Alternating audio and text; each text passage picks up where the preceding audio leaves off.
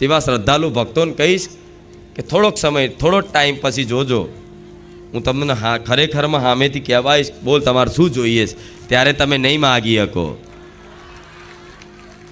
કે માં હવે શું માગું, કહો. બધું જ આવી ગયું, બધું જ આવી ગયું, મારે બધું જ આપવું છે.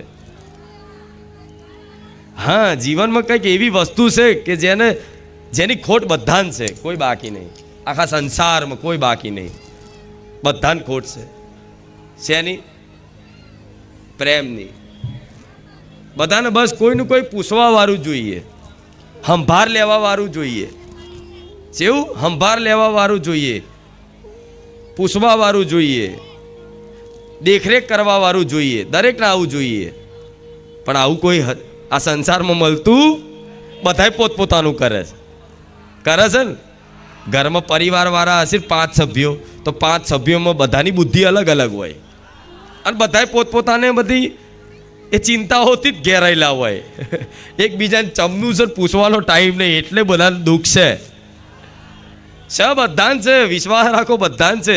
જે ભગવાન માતાજીથી વિમુખ છે, જે ભગવાન માતાજીથી જે મનુષ્ય વિમુખ છે, એ બધાને પોતપોતાનું કંઈકનું કંઈક અલગ અલગ જાતનું દુઃખ લઈ અને ફરજ છે ચિંતાઓમાં.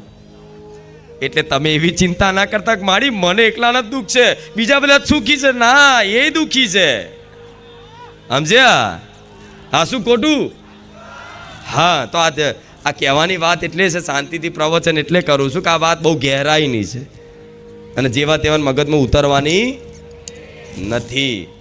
એટલે આ વાતનું વિશ્વાસ રાખજો, પાલન રાખજો. બસ માં ત્યાં કીધું છે ને કે માં મળી જશે, બધું મળી જશે. તો મારે તમને માં આપવી છે,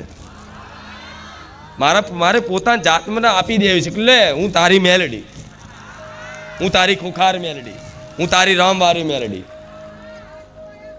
મારી જોડથી કંઈક માગો છો એ તો પૂરું થાય છે, બરોબર. મને માતાને જ આખી માગી લો, બેંકને જ માગી લો. આ શું ખોટું?